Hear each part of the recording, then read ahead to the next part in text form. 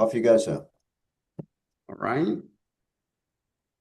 All right, so I will cover these 5 contents in the introduction, challenge statement, requirement, POC, and others. Yeah. So, Greyform is actually incorporated in 2015. We are members of Switch Construction Group, where Switch Construction is actually the builder. Hub is actually a builder. Switch Construction is actually doing the construction phase, and Greyform is actually doing all the precast. Yeah, so we are more or less a one-stop shop solution. And being the pioneer in the ICPH, we are one of the pioneer in doing the digital models in the production.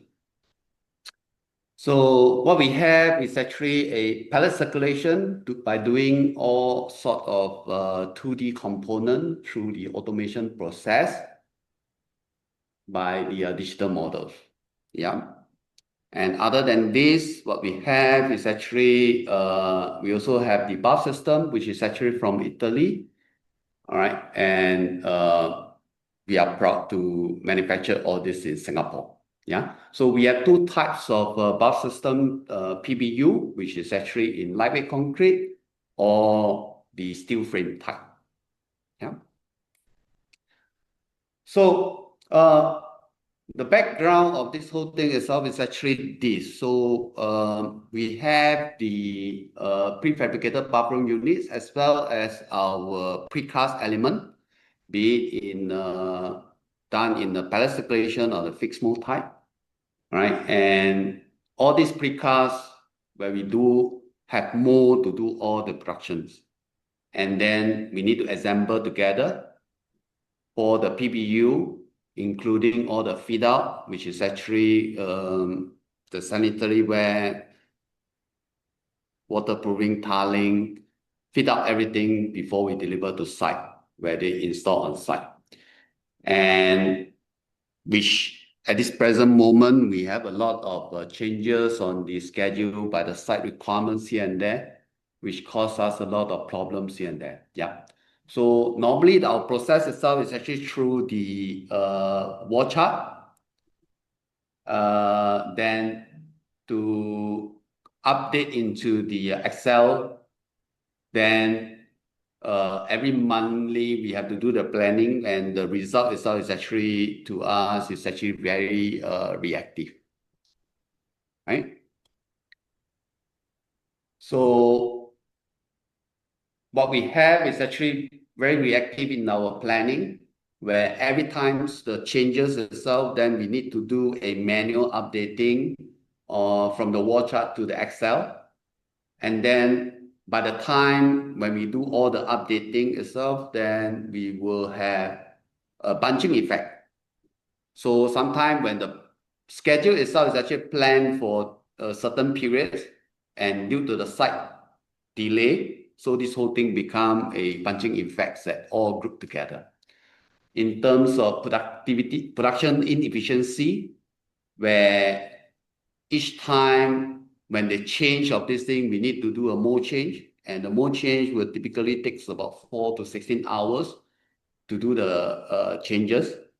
And that's where resulting a lot of downtime and a lot of resources being wasted. With this, also, we will not be able to have the predictive kind of check, where we are not able to forecast what kind of soil space required, material requirement, or even the manpower, where we have a fluctuating of the manpowers every here and there. So who are the key stakeholders that we have by doing all these things? First, we have the production manager. So the production manager would not be able to visible on the real-time situation, on the schedule keep on changing, and then we, with the considerations of multi-concurrent projects to work at the same time. Then we have the production team, where will not be able to, or they need to squeeze all their schedule and work extra hard and not able to predict what kind of resources need. And each time itself we will have a sudden requirement of additional manpower, and after a few months later, it becomes the redundant of the manpower. In terms of logistics, the coordinations of the delivery, as well as the storage space, we will not be able to predict what kind of storage space required when a site delay where all the products are already produced, and that's where we have no space to go. To our client, then with all these changes itself will further affect our client on their delay, where the goods will be delayed to deliver to them. Yeah. So that's where our challenge statement, we are thinking how we can have such kind of automated and responsive planning system that can actually help us to integrate all these multiple project requirements together with the considerations of the procurement, logistic, storage, so that in the daily or even weekly, where we are able to put in our client frequent change request, and then through the production line or the production plant, we are able to manage so that you will not disrupt the supply chain for this case. Yeah. So what are the requirements that we think of is actually the adaptive scheduling, where we will be able to continuously adapt those unpredictable client change in their schedule so that we can actually do the changes to meet the client needs.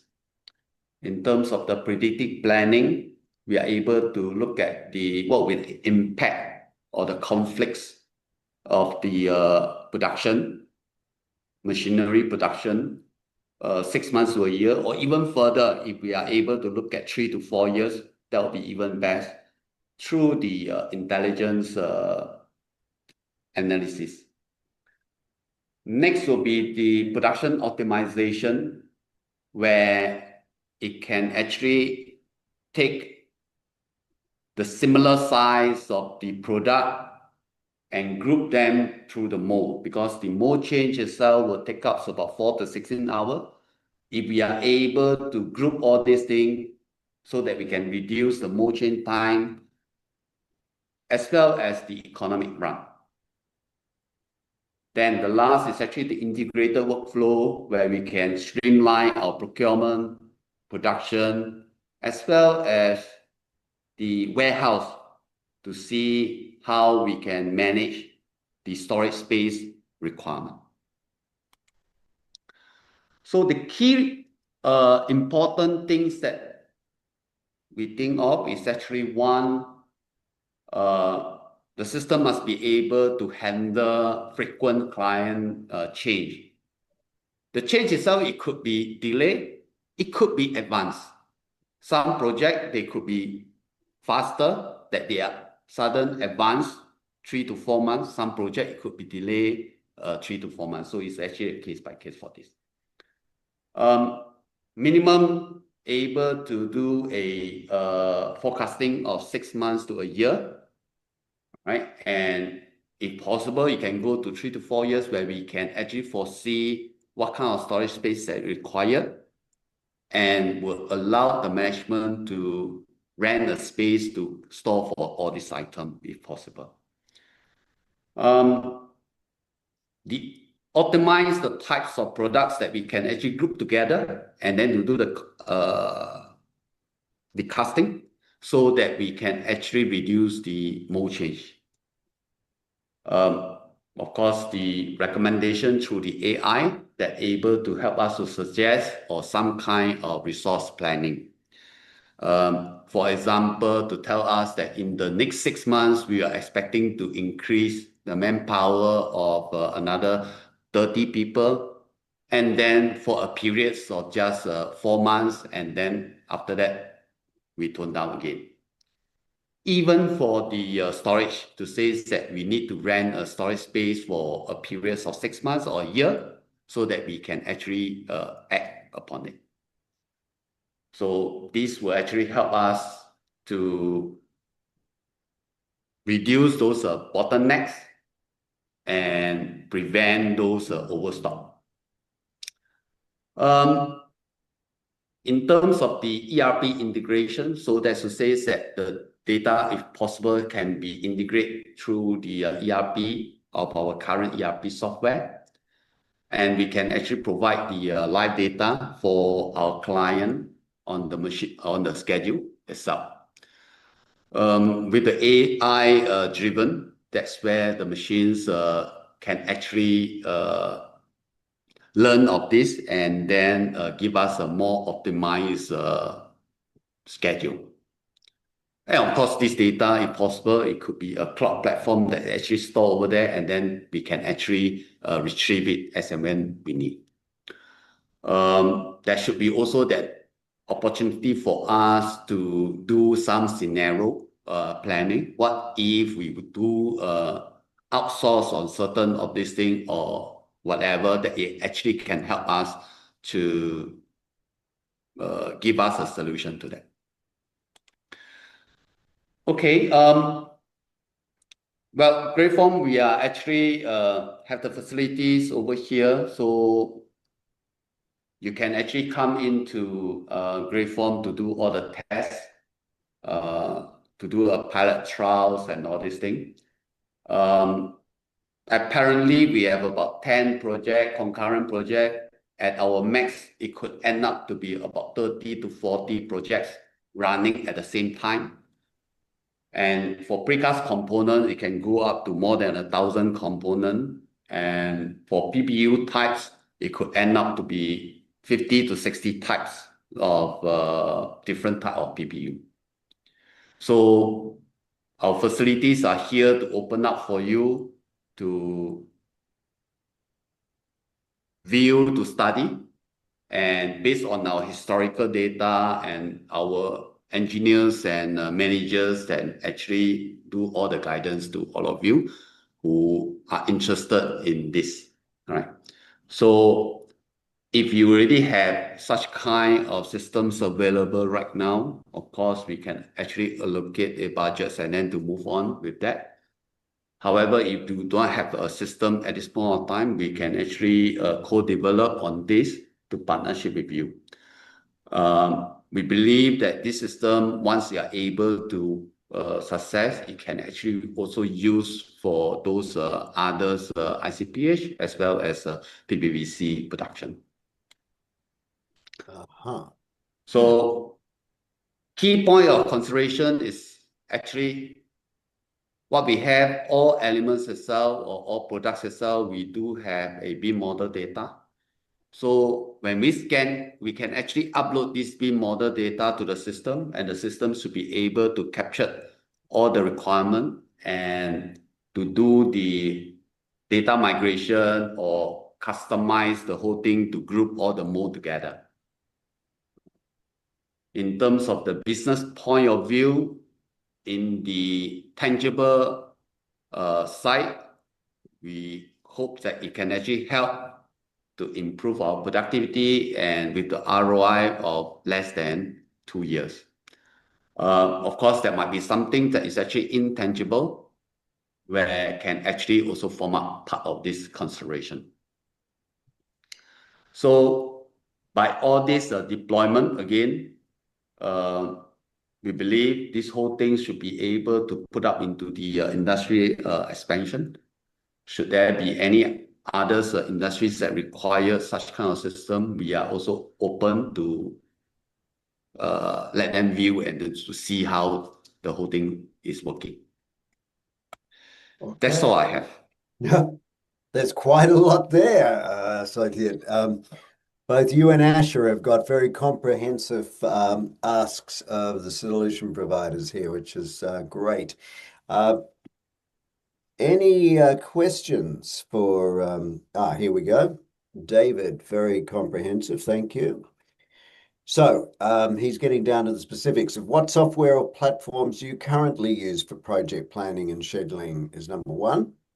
Obviously, wanting to integrate with those. How do you typically receive data and progress updates from site teams? What's the mechanism for that? And also, do you use standardized templates, mobile apps, or other digital tools?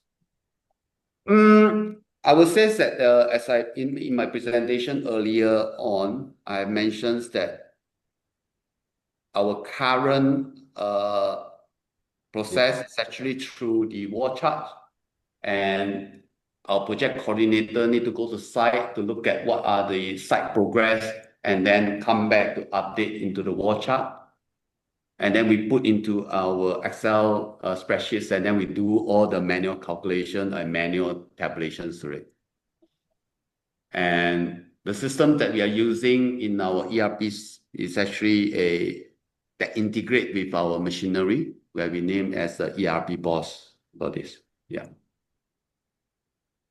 so you've got a lot of automated systems already, but you've also still got a lot of manuals. So you're wanting to do a very significant Yeah, in upgrade. actual fact, all the mode grouping for the productions and all this thing is actually still through the human brain to do all the scheduling. Yeah, They can actually work onto it.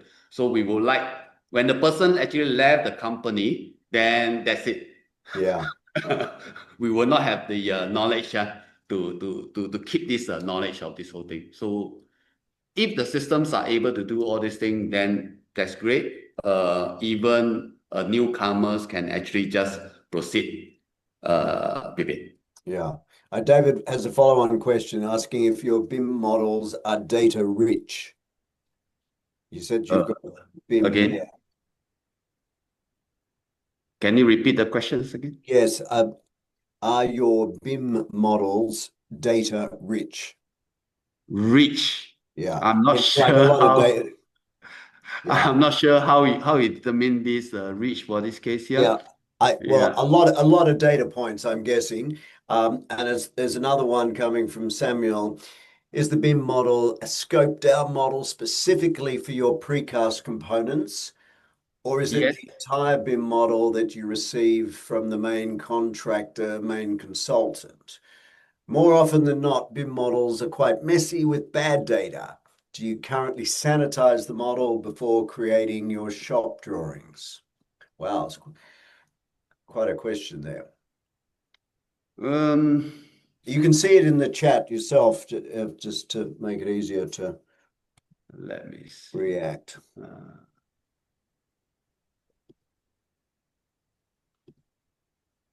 Right. The BIM model data is actually done by my engineering. So from the consultant, whatever information that pass in, our BIM modeler will model all these things that is actually meant for our machinery. So instead of send over to the machinery, we can also send to this system so that they can actually pick up all these items as well. For the mode grouping, so that we can actually do the production at the economic run without much more change for this case here. Okay. We're sort of nearly at time. Just are there any other follow-on questions? Obviously, this recording will be sent to all of you because there is a massive amount of data that's been presented by both presenters this afternoon, which is great. So what I think we might call it time there, unless there's some other questions. I'm happy to take more. But we'll send the materials through to you, and remembering that the key dates are early submissions next week, the 8th of October, and final submissions the end of October. But any last question coming up from anyone? We're right on the 6 o'clock here in Singapore. Okay, with that, I will thank both presenters very much for such detailed presentations. Great data there. And that's why these recordings are so terrific for the people that couldn't join us today. they'll be able to hear the recording. And of course, any of you that have got more questions, and there's quite some detailed questions that have come through here, we'll keep track of those. Feel free to send those questions again to us, and we can pass them on to Asher and Soitien to really start the conversation going, so you're able to make more complete and complete submissions either by the 8th of October or at the end of October the 31st.